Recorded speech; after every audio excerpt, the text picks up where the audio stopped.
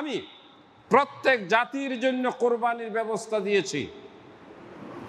ইহুদি, খ্রিস্টান, মুসলিম যত জাতি আছে, আদম আলাইহিস সালাতু ওয়াস সালাম থেকে নিয়ে সকল সম্প্রদায়ের জন্য আল্লাহ রাব্বুল আলামিন তাদেরকে কুরবানির ব্যবস্থা দিয়েছেন। আদম আলাইহিস সালামের দুই সন্তান হাবিল এবং কাবিল, এদেরকে আল্লাহ রাব্বুল আলামিন একটা বিষয়ে ফয়সালা করার জন্য কুরবানির নির্দেশ দিয়েছিলেন। একজন গরু ছাগল রাখতেন, সুন্দর একটা প্রাণী কুরবানি দিয়েছিল। আরেকজন শস্য চাষাবাদ করতেন, তিনি কিছু শস্য আল্লাহর জন্য কুরবানি দিয়েছিলেন। আল্লাহ পাক যার ভিতরে তাকওয়া ছিল, যার ভিতরে কি ছিল? তাকওয়া। আল্লাহ পাক তাকওয়া সম্পন্ন ব্যক্তির কুরবানি কবুল করেছিলেন। সুবহানাল্লাহ। সূরা মায়েদায় এই ঘটনা আল্লাহ পাক বলেছেন কোরআন মাজিদে। আল্লাহ পাক কুরবানি কবুল করেন না, ভালো করে মনে রাখবেন, যদি সেই কুরবানির ভিতরে তাকওয়া না থাকে। একমাত্র তাকওয়া সম্পন্ন ব্যক্তিদের কুরবানি আল্লাহ পাক কবুল করেন। দুই ভাই, একজন ছিল তাকওয়া সম্পন্ন, যে আল্লাহকে ভয় করত, আল্লাহকে বিশ্বাস করত, আল্লাহকে খুশি করার জন্য কুরবানি দিয়েছিল। তার কুরবানিটা ছোট ছিল, কিন্তু আল্লাহ রাব্বুল আলামিন তার কুরবানিটা কবুল করলেন। আগের জামানার কুরবানি কবুল হওয়ার যে পদ্ধতি ছিল, আসমান থেকে আগুন আসতো,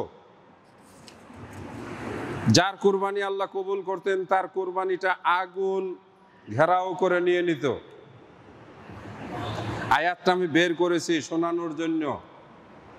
এই দেখেন, দুই ভাই, উতলু আলাইহিম নাবা আবনায়ে আদম বিল হক, আদমের দুই পুত্রের ঘটনা আপনি একটু শুনিয়ে দেন। সূরা মায়েদা আয়াত নম্বর 27। ইজ কররাবা কুরবানান, যখন তারা দুইজন কুরবানি উপস্থিত করলো, দুই ভাই কি করলো? কুরবানি মাঠে উপস্থিত করলো। ফাতুকুব্বিলা মিন আহাদিহিমা, দুইজনের একজনের কুরবানি আল্লাহ পাক কবুল করলেন।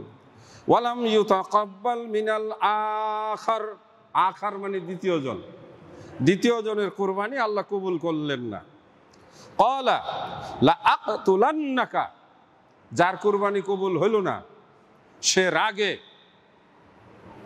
তার ভাইকে হত্যা করার জন্য ঘোষণা দিল, আমি তোমাকে খুন করব।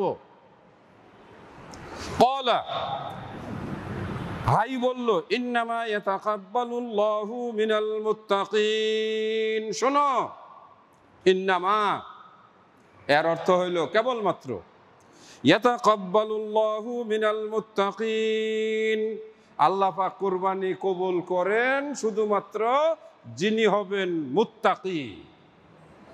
সম্মানিত ভাইরা আমার, আগামীকাল যারা কুরবানি দিবেন, বিসমিল্লাহ আল্লাহু আকবার মনে মনে নিয়ত করবেন, আল্লাহ এইটুকু নিয়ে আমি তোমার সামনে হাজির, এটা আমার হালাল উপার্জন, তুমি যদি গ্রহণ করো আমি ধন্য। বিসমিল্লাহ আল্লাহু আকবার। ইন্নী ওয়াজ্জাহতু ওয়াজহিয়া লিল্লাযী ফাতারাস সামাওয়াতি ওয়াল আরযি হানিফা ওয়া মা আনা মিনাল মুশরিকিন।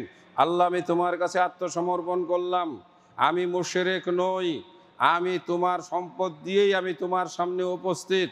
ওয়াজ্জাহতু ওয়াজহিয়া লিল্লাযী ফাতারাস সামাওয়াতি ওয়াল আরয ইন্না সলাতি ওয়া নুসুকি ওয়া মাহইয়ায়া ওয়া মামাতি লিল্লাহি রাব্বিল আলামিন। যদি সম্ভব হয় আপনার হৃদয় মনকে মোমের মতো গলিয়ে চোখে পানি নিয়ে এসে বলুন, আমার নামাজ, আমার কোরবানি, আমার জীবন, আমার মৃত্যু রব্বুল আলামিন কেবলমাত্র তোমার জন্য।